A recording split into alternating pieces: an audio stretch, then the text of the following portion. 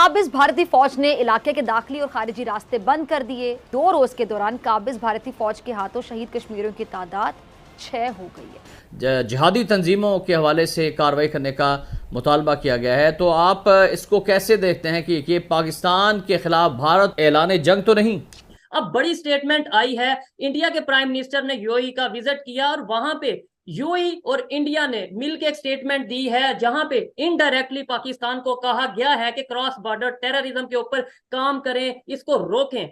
इसके साथ आईएमएफ ने यह भी बताया कि पाकिस्तान का जो गैर मुल्की कर्जा है ये 13 अरब डॉलर्स के साथ रवा माली साल में 136 अरब डॉलर पर पहुंच जाएगा। अब यूएई की स्टेटमेंट आना कोई मजाक नहीं है।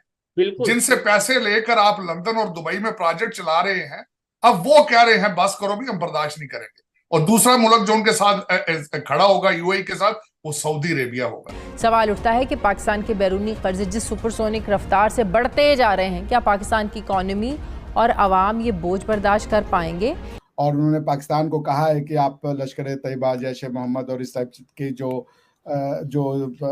आपके वो हैं, क्या कहते हैं इनको, ऑर्गेनाइजेशंस, इनको कंट्रोल करे। मतलब अब तो मुस्लिम कंट्रीज भी हमें कहने लगे हैं कि भाई ये दहशतगर्दी के वो कंट्रोल करो। हेलो, जय हिंद दोस्तों। एसपी न्यूज़ 91 में आपका स्वागत है दोस्तों। जैसे कि आपने क्लिप में देखा, जम्मू कश्मीर में सेना को बहुत ही बड़ी उपलब्धि हासिल हुई है। मैं आपको बता दूं कि जम्मू कश्मीर पुलिस और सेना ने एक संयुक्त अभियान चलाया, जिसमें उन्होंने 2 आतंकियों को सीधे तौर पर टपका दिया है, जहन्नुम पहुंचा दिया है, क्योंकि वो एलओसी को पार करने की कोशिश कर रहे थे। ड्रोन कैमरे की मदद से पहले उनका लाइव वीडियो देखा गया। उस वीडियो में देखा गया कि वो जो 2 आतंकी थे वो गोला बारूद से लैस वो एलओसी को पार करने की कोशिश कर रहे थे, लेकिन सेना ने मौके पर ही उनको गोली मारकर उन्हें जहन्नुम पहुंचा दिया। मैं आपको बता दूं कि पाकिस्तान की तरफ से अक्सर ऐसा होता रहता है कि वो भारत में एंट्री करने की कोशिश करते हैं सीमा पार। ये विवाद इसीलिए है क्योंकि पाकिस्तान हमेशा से ही भारत के अंदर अपने आतंकवादियों को भेजने की कोशिश करता है और कश्मीर के अंदर बवाल मचवाता है और कश्मीर की जो शांति है उसे पूरी तरीके से भंग करता है। लेकिन हमारी भारतीय आर्मी के सामने सब कुछ फीका पड़ जाता है। कहीं ना कहीं ये आए दिन ये खबर आती रहती है कि आज वो आतंकी, आज फला आतंकी मार गिराया है। कुछ इस तरीके की खबर अक्सर हमारी सेना हमें देती रहती है। अब पाकिस्तानी मीडिया इस पर क्या चर्चा कर रही है, सब कुछ जानेंगे इस वीडियो में। तो आइए दोस्तों, वीडियो को स्टार्ट करते हैं। स्टेटमेंट आई है, उसके पैराग्राफ 32 को आप फोकस करें। और उन्होंने पाकिस्तान को कहा है कि आप लश्कर तैयबा, जैश ए मोहम्मद और इस टाइप के जो आपके वो हैं, क्या कहते हैं इनको, ऑर्गेनाइजेशंस, इनको कंट्रोल करे। लेकिन टेररिज्म है क्या? टेररिज्म को आपको समझना पड़ेगा। टेररिज्म का मतलब है कि एक इंसान जो है वो इतनी ज्यादा उसके अंदर नफरत भरी पड़ी है कि वो दूसरे किसी आइडियोलॉजी के मैनिफेस्टेशन को बर्दाश्त नहीं कर पाता, और वो चूंकि उसको बर्दाश्त नहीं कर पाता तो उसको वो वायलेंट रूप से मिटाना चाहता है या हटाना चाहता है। बिकॉज टेररिज्म का तो यूज तभी नॉर्मली होता है जब कोई वायलेंट एक्टिविटी हो। अगर वायलेंट एक्टिविटी नहीं हो तो फिर टेररिज्म नॉर्मली वर्ड यूज नहीं होता। जैसे हेटफुल स्पीच है, इसके लिए टेररिज्म टाइप के वर्ड यूज नहीं होते हैं।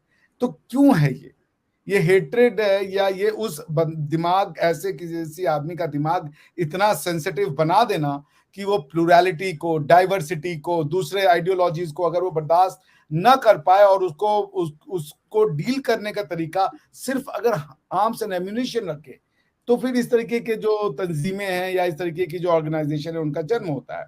और पाकिस्तान ने इस आइडियोलॉजी को अनफॉर्चुनेटली पिछले 40-50 सालों में बहुत ज्यादा पुष्पित पल्लवित किया, बहुत ज्यादा इसको फरोग दिया है।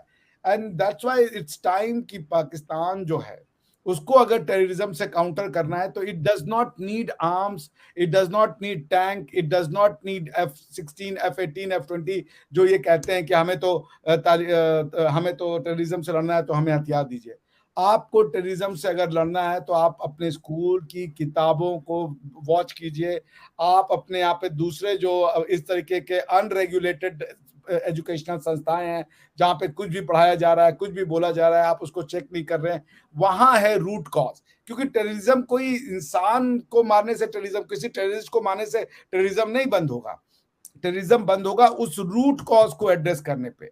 एक तरीका ये है कि रूट कॉज जहां से आ रही है वो एड्रेस करे, दूसरा ये है कि जो उससे अफेक्ट हो रहा है वो रूज करे। जैसे इंडिया टेररिज्म का विक्टिम है तो इंडिया के पास क्या तरीका है कि भाई फाइनेंशियल रिसोर्सेज को बंद कर दे, इंडिया के पास क्या तरीका है कि भाई जमीन मुहैया ना कराए।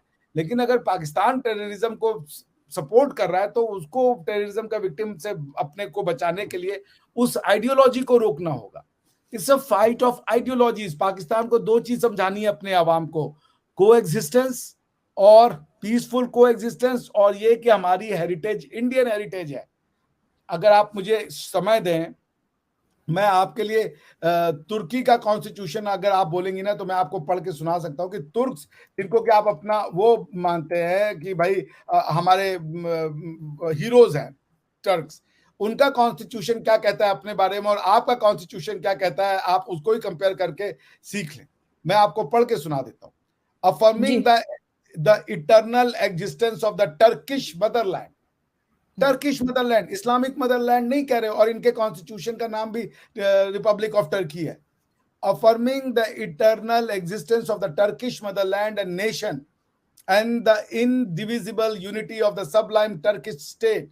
This constitution, in line with the concept of nationalism introduced by the founder of the Republic of Turkey, Ataturk, the immortal leader of the unrivaled hero, and his reforms and principles. अब आप देखिए वो क्या कह रहे हैं, वो nationalism की बात कर रहे हैं। हिंदुस्तान का जो मुसलमान है या पाकिस्तान का जो मुसलमान है वो उसको नेशनलिज्म पसंद नहीं आता। टर्की कह रहा है कि हम नेशनलिज्म की बात कर रहे हैं, टर्की कह रहा है कि हम एक टर्किश आइडेंटिटी है, वो नहीं कह रहा है कि हमारी इस्लामिक आइडेंटिटी या मुस्लिम आइडेंटिटी है। तो आप तुर्कों से ही सीख लें। अब अगर आप उसका दूसरा पैराग्राफ पढ़ें तो मैं आपको बता दूं कि वो इतना इंटरेस्टिंग बात लिख रहे हैं। उनके आप पहले देखें उनके स्टेट का नाम क्या है। The state of Turkey is a republic. Article 2, the Republic of Turkey is a democratic, secular and social state governed by rule of law within the notions of public peace, national solidarity and justice, respecting human rights, blah blah blah. वो कह रहे हैं हम secular है, आप तुर्कियों को गले लगा रहे हो। कम से कम उनकी कॉन्स्टिट्यूशन सीख लो। क्यों? अगर आप कह रहे हो कि एक तुर्की एक इस्लामिक स्टेट होकर के डेवलप हो रहा है तो आप गलत कह रहे हो, क्योंकि तुर्की अपने आप को इस्लामिक स्टेट नहीं कह रहा है। तुर्की ओवैसी का मेंबर हो सकता है बट तुर्की अपने आप को इस्लामिक लैंड नहीं मानता। मैं जब सेंट्रल एशिया में था आरजू जी, हालांकि मैंने काफी समय यूरोप और जर्मनी में बिताया, लेकिन सेंट्रल एशिया में मैं 8-10 महीने रहा। वहां के लोग कहते हैं कि हमारी पॉपुलेशन, कजाकिस्तान का बता रहा हूं मैं आपको, कि हमारी पॉपुलेशन में 80% लोग इस्लामिक जरूर है बट ये लैंड इस्लामिक नहीं है। It's a nomad people land, it's a Kazakh land, it's a Turkish land. आपके यहाँ पे वो इस्लाम को अपनाने के साथ उस जमीन का भी इस्लामीकरण कर देते हैं।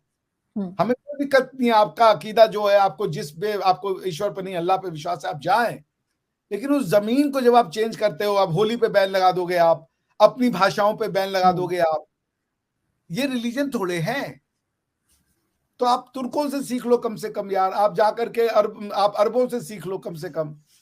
तो यही है, इसीलिए वो टेररिज्म इसीलिए आ रहा है। टेररिज्म का सिंपल मतलब है कि to cut India by 1000, to kill India by 1000 cuts. ये है टेररिज्म।